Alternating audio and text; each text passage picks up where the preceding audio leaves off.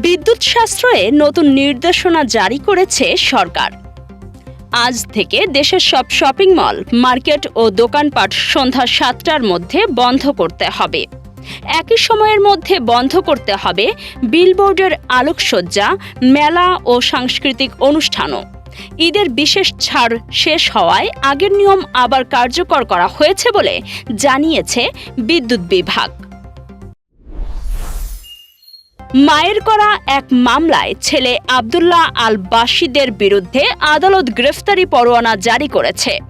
অভিযোগে বলা হয়েছে, টাকা চাওয়াকে কেন্দ্র করে তিনি মায়ের সঙ্গে মারধর ও ভাঙচুর করেন এবং নগদ অর্থ নিয়ে যান।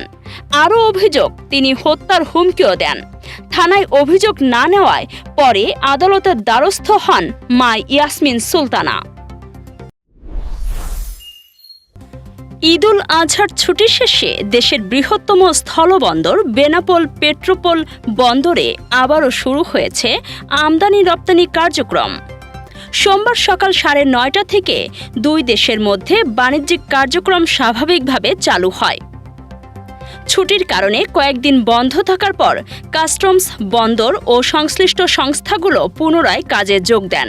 প্রথম দিনে সীমিত সংখ্যক ট্রাক চলাচল করে। কয়েকটি আমদানিকারক ও রপ্তানিকারক ট্রাক পণ্য পরিবহন করে। কর্মকর্তারা জানিয়েছেন, শিগগিরই বন্দর কার্যক্রম পুরোপুরি স্বাভাবিক হয়ে উঠবে। কাজী সাইমা, রাতদিন নিউজ। নির্ভুল রোগ নির্ণয় সঠিক চিকিৎসার প্রথম ধাপ। আর এই নিশ্চিত স্বাস্থ্যসেবার জন্য কুইন্স হসপিটাল কেন আপনার প্রথম পছন্দ হবে।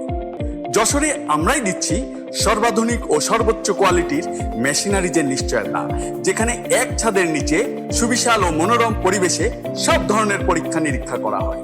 আপনার ও আপনার পরিবারের সুস্বাস্থ্য নিশ্চিতে কুইন্স হসপিটাল আছে সবসময় আপনারই পাশে।